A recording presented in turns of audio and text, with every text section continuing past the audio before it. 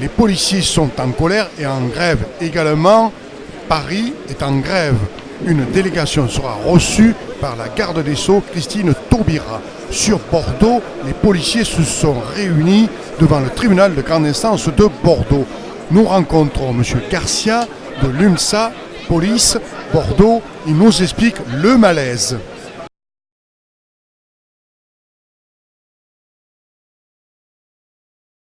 Bonjour, vous vous présentez? Bonjour, je suis l'agent Garcia du commissariat de Bordeaux, je suis délégué départemental du syndicat UNSA Police. Depuis janvier, il y a eu Charlie, on a acclamé les policiers.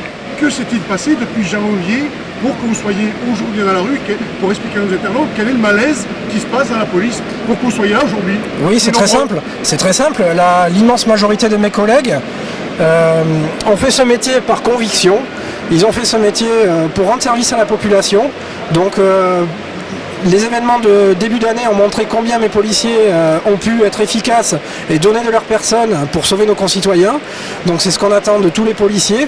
Et malheureusement, notre administration, les gouvernements successifs ne nous permettent pas, ne nous donnent pas les moyens, ni humains ni financiers, de mener à bien nos missions au quotidien. Ça s'exprime par un manque de moyens pour les enquêteurs, un manque de moyens pour les collègues qui sont dans la rue. Il faut savoir qu'aujourd'hui, ce sont les chiffres du ministère de l'Intérieur.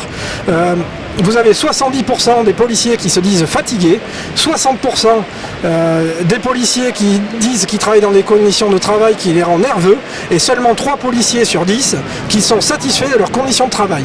Et il y a eu quand même des soucis dans la police, est-ce qu'on peut en parler? Est-ce que ça doit être dénoncé quand même aussi? Les gens, avec le travail et le malaise et la hiérarchie, il y a une pression, on arrive à des actes irréparables aussi. Bien sûr, notre travail au quotidien et aussi les conditions de travail que nous impose la hiérarchie et aussi les règlements qui nous sont imposés font que, comme je viens de le dire, on travaille dans beaucoup de stress. Et effectivement, il y a plusieurs dizaines de policiers qui se suicident chaque année, il faut le savoir, à cause de ces conditions-là. Comment ça se fait que la personne qui a été libérée, il y a un malaise entre ceux qui libèrent et vous, le travail que vous faites un travail pour arrêter les malfaiteurs, et la justice, quelque part, les relâche, travail difficile. Oui, tout à fait. Mais on est dans l'incompréhension. On a vraiment l'impression au quotidien que les lois, notamment les dernières lois qui ont été votées et leur application qui en est faite, sont vraiment faites pour nous mettre des bâtons dans les roues et nous mettre en échec dans notre métier tous les jours, qui consiste, on va dire simplement, à arrêter les méchants. Aujourd'hui, les policiers sont vraiment entravés pour faire ça. La ministre Taubira va recevoir une délégation. Vous attendez beaucoup de la ministre la réponse de Paris? Puisqu'aujourd'hui, ils sont tous à Paris, vous êtes manifestés à Bordeaux. On sait que les organisations syndicales ont fait un mouvement commun. On connaît à peu près ce que la ministre Taubira va nous dire. Et on considère que vraiment, elle est à côté de la plaque.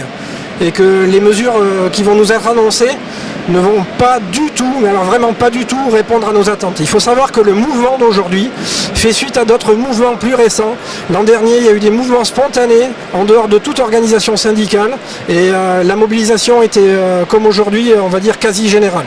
Si la ministre ne répond pas à vos attentes, quelle est l'action? Est-ce que vous allez recontinuer les actions ou alors alerter la population du malaise que vous traversez, des difficultés que vous rencontrez? Oui, tout à fait. Alors il faut savoir que nous n'avons pas le droit de grève, que pour s'exprimer il faut être syndicaliste, qu'on ne peut pas défiler en tenue, qu'on ne peut pas, bien sûr on a investi une mission de service public, donc on ne peut pas arrêter non plus la police. Ceci dit, on ne va pas hésiter effectivement à faire connaître notre malaise à la population et on ne va pas hésiter, avec les règles qui nous sont imparties, et malheureusement, qui sont très restreintes, mais on ne va pas hésiter à manifester à nouveau et à mener des actions pour être entendu. Aujourd'hui, on arrive, il faut le savoir, à être victimes, nous-mêmes policiers, alors que nous ne devrions pas l'être. D'accord. Donc, quel message fort vous avez envie de passer à nos concitoyens, nos internautes, parce qu'on est sur 6 serveurs, quel message fort vous avez envie de leur dire de votre colère et de votre manifestation aujourd'hui, qui est à Bordeaux et à Paris, dans toute la France, ça manifeste partout? Effectivement, tous les policiers se sont rassemblés près des tribunaux pour exprimer en premier lieu notre tristesse, puisque des collègues meurent, et également notre colère que j'espère vos internautes auront ressenti dans mes propos. Est-ce que c'est un métier qui va être difficile pour amener à la vocation, faire ce métier pour la conclusion? Alors, les gens rentrent toujours par vocation, mais avec une idée fausse du métier. Et très souvent, on a des élèves stagiaires qui viennent dans les services découvrir la réalité. Et ils sont confrontés justement à ces difficultés qui nous sont imposées et qui rendent le métier impossible et invivable aujourd'hui. D'accord, c'est gentil à vous. Merci pour ces précieuses informations. C'est gentil. Merci.